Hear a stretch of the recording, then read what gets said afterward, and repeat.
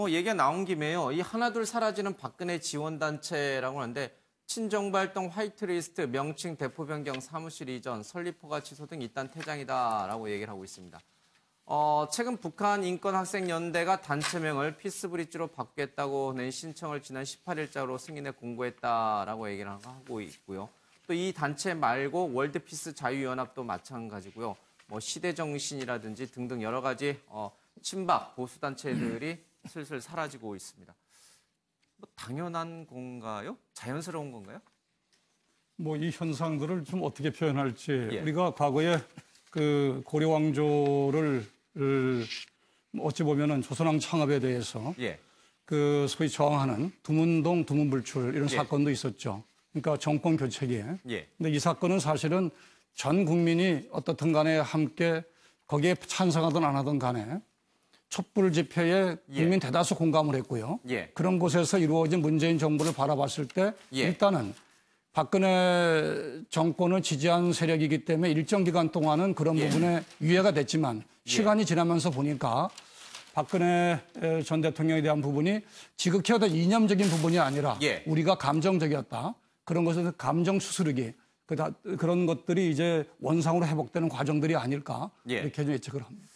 그러니까 어떤 정책적인 소신을 갖고 만들어진 단체들이 아니고 그냥 자신이 좋아했던 대통령을 때문에 만들어진 약간의 뭐 팬덤적인 현상도 좀 있겠습니다만 뚜렷한 목적이 없다 보니 그 대상이 사라지게 되면 같이 좀 사라지는 것 같습니다. 앞서 잠깐 노회찬 의원의 죽음을 조롱하는 것에 대한 비판적인 얘기들을 나눴는데 아나운서 출신 정미용 대한애국당 사무총장이 투병 끝에 이제 별세한 것으로 어제 보도가 됐습니다. 근데 사실 저도 이 기사 유심히 보면서 밑에 댓글을 봤어요. 앞서 잠깐 노회찬 의원에 대한 죽음을 조롱한 것과 관련해서 많이 쓴소리들을 많이 하셨는데 정미용 사무총장의 죽음을 놓고 그 밑에 댓글 또한 만만치가 않았습니다.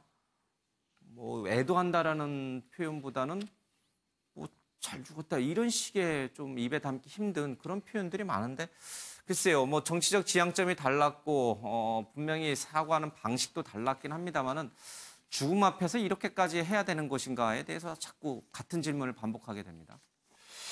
맞습니다. 이게 뭐 보수냐 진보냐 이런 등등의 문제를 떠나가지고 기본적으로 이제 자기의 소신이나 의견을 이렇게 좀 표출하는 그 방식이라든지 이제 이런 부분들에 대한 좀 뭐 규범 이런 부분들이 좀 자리를 좀 못 잡고 있는 상황이고 좀 그런 부분들은 뭐 진짜 이 보수 진보 문제를 떠나가지고 좀 이렇게 따끔하게 사회적으로 좀 문제를 삼고 바꿔 나갈 수 있도록 해야 되는데 또 한편으로는 지금 계속 뭐 드루킹부터 시작하고 지금 댓글이 계속 문제인 거 아닙니까? 근데 이런 상황을 그냥 이제 방치할 거냐라는 거죠. 예를 들어 이제 미국 언론 같은 경우에 뭐 이제 댓글 관리도 하거든요. 그 뭐 뉴욕 타임스나 워싱턴 포스트나 그러니까 엉터리 같은 댓글들을 놔두지 않는단 말입니다. 근데 이제 이것을 그냥 어떻게 뭐 여러 차례 말씀드리지만 저는 사상의 뭐 자유라든지 뭐 표현의 자유라든지라고 하는 부분으로 볼 수 있는 성질의 것이 아니기 때문에 좀 그런 부분에 대해서 분명한 좀 조치들을 취해야 되는 것 아닌가 이런 생각이 들죠. 네이버나 다음에 그 포털 문제, 포털들의 그 언론사로서의 기능 문제, 또 댓글 관리 문제에 대해서 굉장히 우리가 한동안 얘기도 많이 했고 국회에서 관련된 법안도 많은데 또 지금은 또 흐지부지 됐어요. 그렇죠? 그냥 그대로예요. 뭐 왜 이러는지 모르겠어요.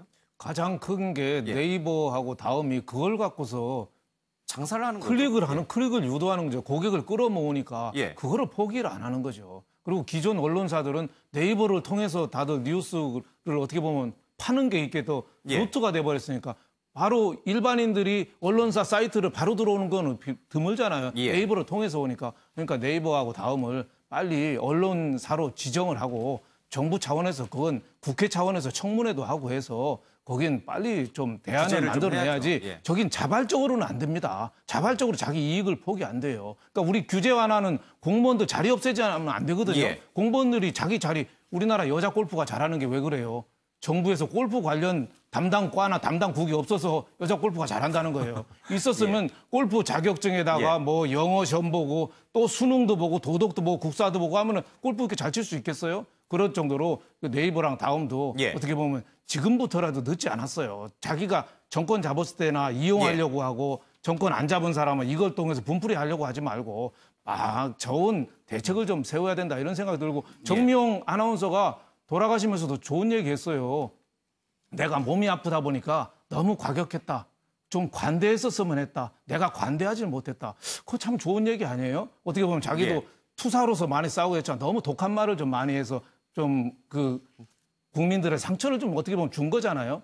좀 관대하고 껴안고 하면서도 얼마든지 자기 주장을 할 수 있었을 텐데 너무 독설을 범했다는데 지금 댓글이 또 그걸 곧같이 따라가니까 악순환이 반복이 되는 거죠.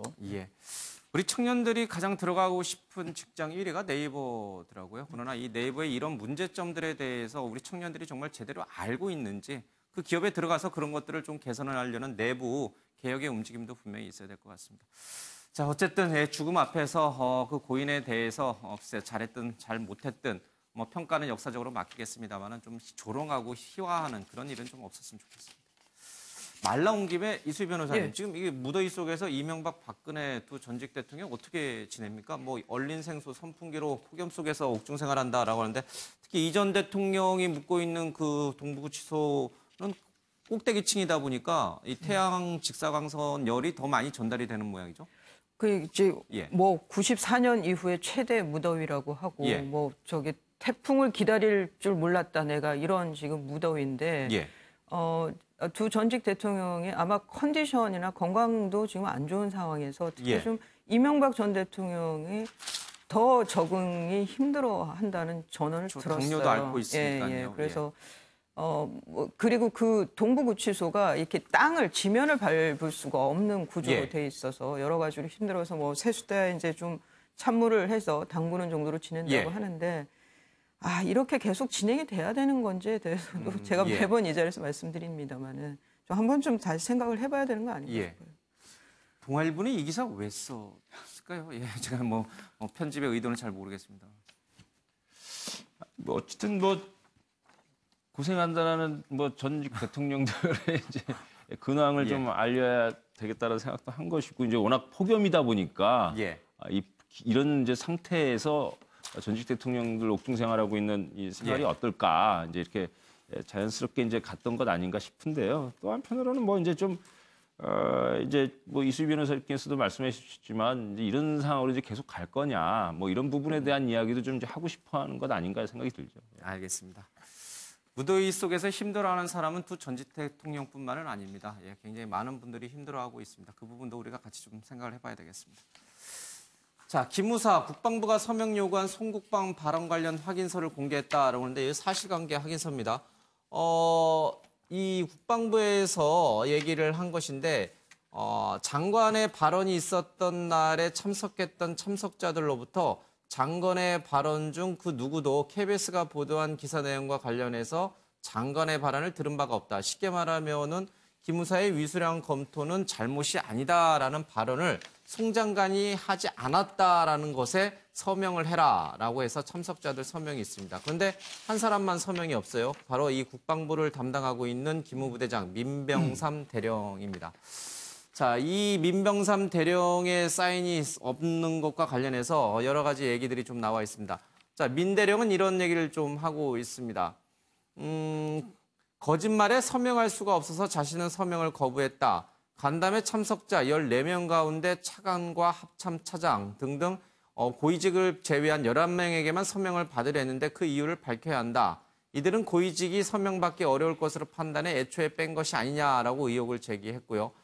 국방부 쪽에서는 민 대령이 서명을 하지 않음에 따라서 사실관계 확인서가 오해의 소지가 있다고 판단해서 서명을 중단하고 확인서를 폐기한 게 전부다라고 하면서 서로 다른 입장을 하고 있습니다. 또 하나는요. 이석구 기무사령관이 송 장관에게 문건을 보고한 3월 16일 보고 시간이 5분이었냐 아니면 20분이었느냐를 놓고선 국방부 쪽과 기무사 쪽의 얘기가 좀 다릅니다. 이석구 사령관은 20분 정도 굉장히 심각한 내용으로 보고했다 이렇게 주장을 하고 있고요. 장관은 일정을 봤을 때 5분을 넘길 수 없었다 이렇게 반박하고 있습니다. 자, 이게 진흙탕 싸움처럼 흘러가고 있는데요. 영상 좀 잠깐 보고 오겠습니다. 이 보고한 시간이 얼마나 걸렸죠? 제가 장관님실로 들어간 게 11시 38분입니다. 예. 그 장관님께서 이 사안에 위중함을 인식할 정도로 네. 그렇게 대면복을 드렸습니다. 상당한 시간이 있었다는 얘기죠. 이 문제에 대해서. 위중함 최초에 이 사안을 보고받으시고 사안의 중요성을 인식할 정도의 시간이 충분히 그런 충분했습니다. 설명을 드렸다는 거죠. 네. 기무사령관으로부터 3월 16일 이 문제에 대한 보고를 받으실 때 11시 38분부터 시작이 되었다고 하는데 몇 분간 보고를 받으셨죠? 38분은 제 그 장관실 들어온 찍힌 시간이고. 것이고요. 네. 그러니까 그게 한 몇 분 정도 한 됐어요? 5분 정도 한 제가 5분 정도 보고 받으셨어요? 장관님께서는 댓글 TF와 세월호 및 위수영 검토 관련 내용 등에 대해서도 알려드려라. 그러나 위수영은 잘못된 것이 아니다. 법조계에 문의를 해보니 최악의 사태를 대비한 계획은 문제가 될 것이 없다고 한다. 장관도 마찬가지 생각이다. 다만 직권남용에 해당되는지를 검토하기 바란다. 민 대령께서 하신 말씀은 사실이 아닙니까? 완벽한 거짓말입니다. 군인으로서 명예를 걸고 한 인간으로서 양심을 걸고 답변드리겠습니다. 그래서 저는 대한민국 대령이 장관 앞에서 국회의원 앞에서 없는 말을 만들어서 이렇게 와서 보고할 대령 없다고 생각합니다. 존경하는 황영철 의원님, 대한민국의 대장까지 마치고 장관하고 있는 사람이 거짓말하겠습니까? 그러면은 그건 아닙니다. 예, 이 외에도 정말 그런 말을 장관이 했는 것인지 그런 논란도 좀 있습니다. 정말 위수령 검토한 것은 잘못이 아니다. 이렇게 송 장관이 얘기를 했을까요? 저도 어제 이 초미의 관심을 가지고선 봤는데요. 뭐 이 문제는 양비론적으로 접근하는 건 문제가 있다고 봐요.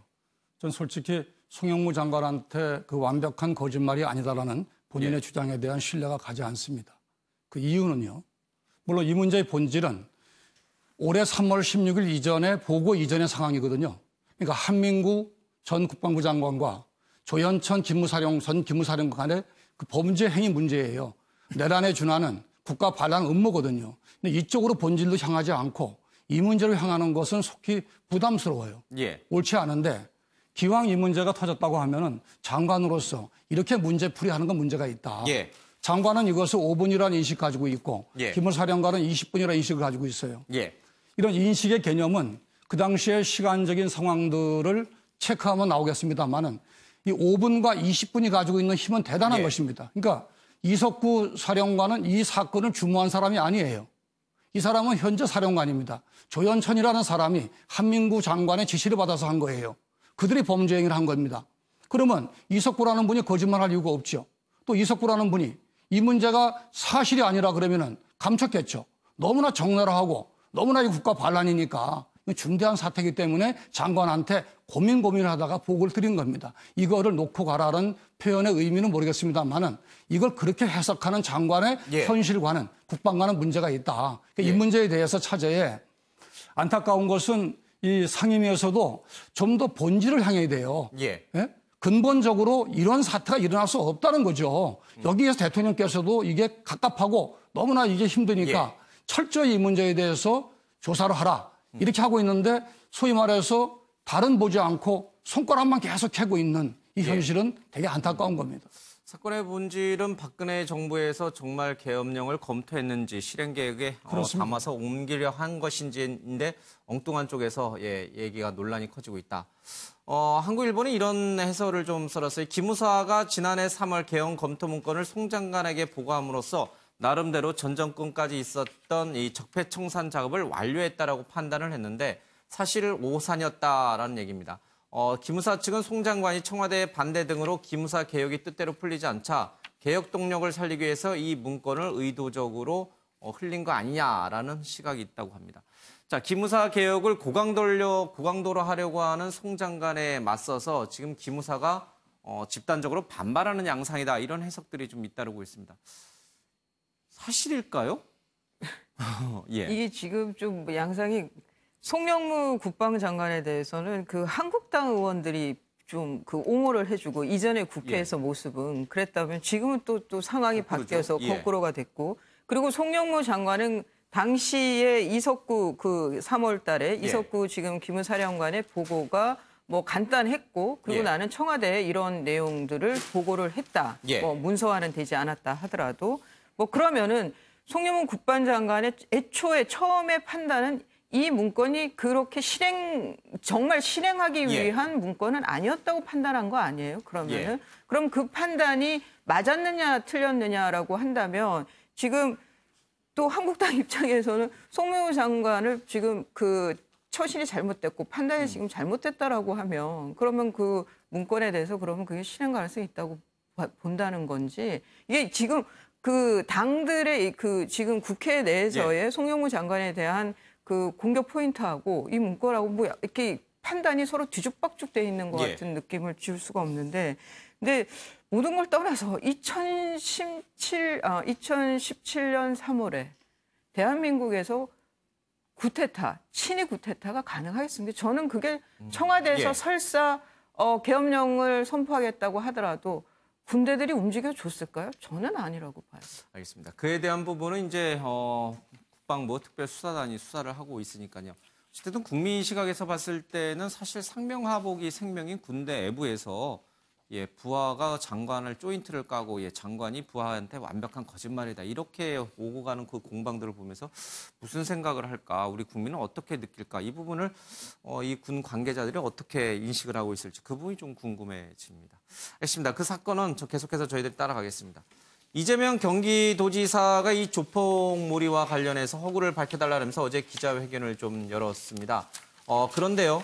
이재명 지사와 유착 의혹이 있는 국제 마피아파 출신 사업가, 조폭 출신 사업가로 알려졌는데 조폭 출신 사업가가 아니라 현재 조폭이다라는 경찰의 수사 결과가 나왔습니다. 직접 이재명 지사 쪽 얘기 좀 들어보겠습니다. 김남준 언론 부회장께서 음해성 조폭몰이의 허구를 밝혀주십시오. 검찰 수사를 정식으로 요구합니다. 지난 선거부터 최근까지 이재명 지사를 향한 음해성 조폭몰이가 쏟아지고 있습니다. 결코 조폭과 결탁한 사실이 없기 때문에 터무니없는 악성 음해에 대한 대응을 최대한 자제해왔습니다. 조폭과 각종 권력 사이의 유착 관계를 밝히기 위해 정식으로 검찰 수사를 요구합니다. 이재명 지사는 수사에 성실히 응할 것이며 조폭 사이의 유착이나 이권 개입이 있었다면 이에 상응하는 책임을 질 것입니다. 철저한 수사로 음해성 조폭몰이의 허구를 밝혀주길 기대합니다. 사실 은수미 지금 성남시장도 지난 지방선거에서 연루가 됐다라는 의혹이 이제 언론에 보도된 터라 이게 간단한 문제는 아닌 것 같습니다. 근데 지금 현재도 여전히 조폭이었다라는 부분이 좀 놀랍네요. 글쎄 어쨌든 경찰 측 이제 주장이니까요. 뭐 이제 또 이제 사실이겠죠. 경찰의 데이터베이스에 따르면. 근데 이제 우리가 좀 확인해봐야 할 부분이 있긴 있습니다. 그러니까 어떤 부분이냐면 사실 어떤 여기 이제 조폭이야. 그리고 얘네가 조직명이 뭐야라고 이렇게 얘기하는 것을 사실은 조폭 스스로 하는 건 아닙니다. 그러니까 조폭들이 우리 조폭이 하고 댕기는 그런 이제 하지는 않는단 말이죠. 경찰이나 이제 그 치안 당국에서 이제 이렇게 이제 하는 건데 이제 정해주고 어느 파고 그래서 어떻게 관리하고 수사할 건지 이런 걸 다 조사하는 과정에서 나오는 이제 양상인데요. 근데 이제 이게 이제 현재 여전히 조폭이다라고 하면 이제 그 실체나 이런 부분들을 이제 같이 밝혀줘야 되겠죠. 그래서 그렇다고 한다면 또 이제 문제가 있겠고 또 현재 조폭이다라고 하는 것이 이 이재명 현 지사가 예전에 변호를 하고 했던 것 자체를 문제 삼게 만드는 것인지는 좀 또 생각해 볼 문제입니다. 그러니까 무언가 분명한 어떤 후원수의 관계라든지 특정한 거래 관계 있었는지 없었는지가 문제인 거죠. 근데 이상하게 지금 우리는 이게 조폭이었다라고 하는 걸 갖고선 지금 계속 이제 그 시비를 붙이고 있어요. 그래서 그거보다 조금 더 깊숙하게 들어가야 되는 거 아니냐 이렇게 보여지죠. 지금도 활동하고 있는 조폭인 줄 모르고 그리고 그렇게 그냥 평범한 사업가인 줄 알고 뭐 친분을 유지했거나 또는 이제 우수 중소기업인 상을 줬거나 뭐 그런 것인지 여러 가지 이제 얘기들이 계속 흘러나오고 있습니다. 이 지사 측에서는 전혀 조폭인 줄 몰랐다라고 얘기를 좀 하고 있으니까요. 그러면 2007년에 변호했다는 그 사건에서 지금 문제가 되는 코마트레이드 그 대표, 그 대표도 그때 피고인 안에 들어갔는지 아닌지만 보면 저는 좀 어느 정도 몰랐다에 대한 진위 여부는 밝혀질 것 같습니다. 예. 그러니까 그것도 이제 그게 바로 이제 그 한 TV에서 이제 의혹으로 짚은 거죠. 몰랐을 리가 없다라는 게 이제 그 언론 보도인데 이 지사 측에서는 전혀 몰랐다라고. 이게 짧게 제가 좀 첨언을 하면요. 조폭과 이 건실한 사업가를 구분하기가 무지 어렵습니다. 어려워요? 어렵습니다. 그러니까 우리가 아까 우리 김민철 교수 말씀대로 조폭이라는 전제하에서 사업을 보면 다 범죄행위로 보여요. 그러나 조폭도 엄연한 국민의 권리가 있잖아요. 그 행사하고 경쟁이 하는 것에 대해서 이걸 범죄적인 시각 구분하기 무지 어려워요. 그 예를 들어서 이번 사건 같은 경우는 딱 세 가지로 보면 됩니다. 처음부터 이 사람이 조폭인 줄 알았느냐, 또 그리고 상당한 중간 행동책인 줄 알았느냐, 아니면 중간에 알아가는 과정에서 알았느냐, 아니면 몰랐는데 이것을 우리가 시민사회에서 또 상대방이 이걸 메타도하는 것이냐, 이건 분명히 이번에 수사를 하면은 밝혀질 것으로 보입니다. 뭐 일반인들은 조폭과 사업가를 구분하기 어려울지 모르겠습니다만 행정권을 쥐고 있는 지자체장은 조금만 관련 경찰들에게 자문을 구해보면 물어만 보면 조폭인지 아니면 정말 건실한 사업가인지 그걸 구분 못했을까요? 이재명 지사가 어제 역공으로 나갔죠. 검찰에 수사 의뢰를 했는데 제가 보기에는 이거가 결론이 간단하진 않을 것 같아요. 도덕적으로는 조폭하고 연루됐으니까 비난을 많이 받을 수 있겠죠. 하지만은 법률적으로는 금방 그 교수님이 얘기하듯이 조폭이 뭐 면허증이 있는 것도 아니고 자격증이 있는 것도 아니고 배에 용그림 그려 있다고 다 또 조폭이라고 볼 수도 없고 머리 짧게 깎았다고 또 다 조폭이냐. 그 어느 정도 뭐를 조폭이라고 하는 거냐. 이게 재판으로 가면은 이게 간단하지 않아서 이재명 지사가 제가 보니까 프레임 뒤바꾸는데 판을 뒤바꾸는 데는 이게 선수라는 생각이 들어요. 알겠습니다. 그러니까 그동안에 종북, 불륜 뭐 이런 쪽으로 계속 몰고 가다가 이번에는 나를 조폭몰이를 한다. 이런 쪽으로 역공을 하고 있는데 이 판을 바꾸기도 상당히 제가 보기에는 오히려 먹힐 수도 있다. 다만 이제 어느 정도 진실성이 있느냐. 뭐 이런 쪽으로 가면은 좀 비난을 많이 받을 수도 있죠. 그래도 경찰들은요 리스트를 다 갖고 있더라고요. 관리 대상 자들. 그러니까 조폭 여부는 조금 더 살펴보도록 하겠습니다. 좀 시간 관계상 이 얘기 잠깐 하고 가야 될 것 같아요. 협치내각 카드의 야권 비판 언성 미면 온도차다라고 얘기를 하고 있는데 며칠째 좀 논란이 되고 있는 부분입니다. 박진아 아나운서 얘기 좀 듣고 오겠습니다. 청와대가 내놓은 협치내각 구성을 두고 야권이 술렁이고 있습니다. 청와대는 야당을 포함해 협치내각을 구성할 수 있다는 뜻을 공식화했죠. 김의겸 청와대 대변인은 지난 23일 브리핑에서 적절한 자리에 적절한 인물이 있다면 협치내각을 구성할 의사가 있다고 전했습니다. 이에 자유한국당은 비판적인 입장인데요. 김성태 원내대표는 협치를 통해 미래를 새롭게 만들자는 반성과 진정성 있는 다짐이 있다면 검토돼야 하지만 지금은 그럴 단계가 아니라고 말했습니다. 바른미래당도 국회가 협력하고 야당은 따라오란 식은 협치가 아닌 협박이라며 청와대의 소통 방식을 비난했는데요. 하지만 청와대의 제안에 대해선 조건부 가능성을 내비치기도 했습니다. 민주평화당은 선거구 개편 개헌을 먼저 하고 이후에 협치내각을 하는 게 순리란 입장인데요. 또 협치와 더불어 연정에 대해서도 언급했습니다. 민주평화당과 정의당과 같은 범진보 성향의 야당과 청와대가 연대를 염두에 둔 거 아니냐 이런 해석이 일각에서 제기됐기 때문인데요. 이 같은 해석에 청와대 관계자는 지금 어느 당에 장관 자리를 준다고 특정 짓는 건 성급한 해석이라고 입장을 밝혔습니다. 박원순 시장이 한 달 동안 이 옥탑방에서 살면서 이 강남과 강북의 이 실태에 대해서 빈부격차에 대해서 체험하게 되는 활동을 하고 있는데 지금 이쪽에 이 시위대도 몰리고 공무원이 또 몰리는 모양입니다. 윤 대표님, 이게 엉뚱하게 주민들이 또 피해를 보네요. 그렇죠. 뭐 박원순 시장이 오니까 뭐 시위대들도 글로 가고 뭐 이해관계 있는 사람들도 많이 데모하고 해서 그 동네 사람들이 가뜩이나 더운데 동네 밤에 소란까지 피우니까 이 잠도 못 자겠다 열대야에. 안 그래도 이 동네가 굉장히 약간 좀 뭐 열악한 동네죠. 그래서 조금 뭐 시기가 지금 박원순 시장이 뭐 이 열대야에 옥탑방 가서 시정을 진짜 고난을 같이 하면서 한다. 뭐 이런 뭐 동참한다는 의미 또 시민들과 같이 한다는 거는 상당히 의미는 있지만 너무 시기가 너무 덥고 만사가 좀 힘들 때 이럴 때 좀 간 거는 시기는 조금 잘못한 거 아니냐 이런 생각이 듭니다. 접어야 될까요?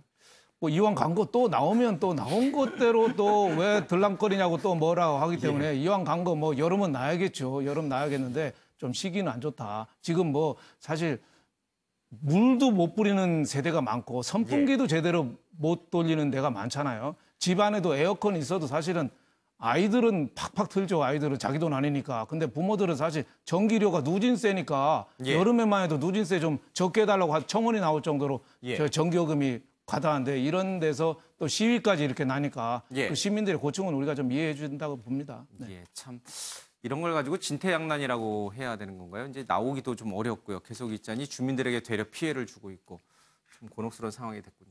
알겠습니다. 김병준 비대위원장 박근혜 시대 평가 통해서 한국당 혁신하겠다 이런 얘기가 좀 나와 있습니다. 박근혜 전 대통령 탄핵과 관련해서 그 잘못, 그 배경 등 종합적인 평가와 정리를 하겠다 이런 얘기가 좀 나와 있습니다.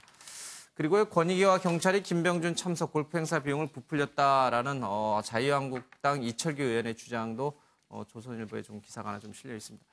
시간이 너무 없긴 한데 이수희 변호사님 좀 잘 출발하는 건가요? 아니면 출발할 때부터 비대위원 선정부터 삐걱거린다 이런 얘기도 좀 사실 있긴 한데. 잘 해야죠. 결과로 말씀을 드려야 될 것 같습니다. 저도 이론이라서 뭐라고 말씀드리기가. 이수희 변호사께서 비대위원이 되셨으니 기대해봐도 되는 건가요? 잘해야죠. 이번에는 새로운 모습을 좀 보여줘서 보수도 잘할 수 있다라는 그런 믿음을 우리 국민에게 좀 줬으면 좋겠습니다. 오늘 시간 관계상 여기서 좀 정리를 해야 될 것 같습니다. 시청해주신 여러분 고맙습니다.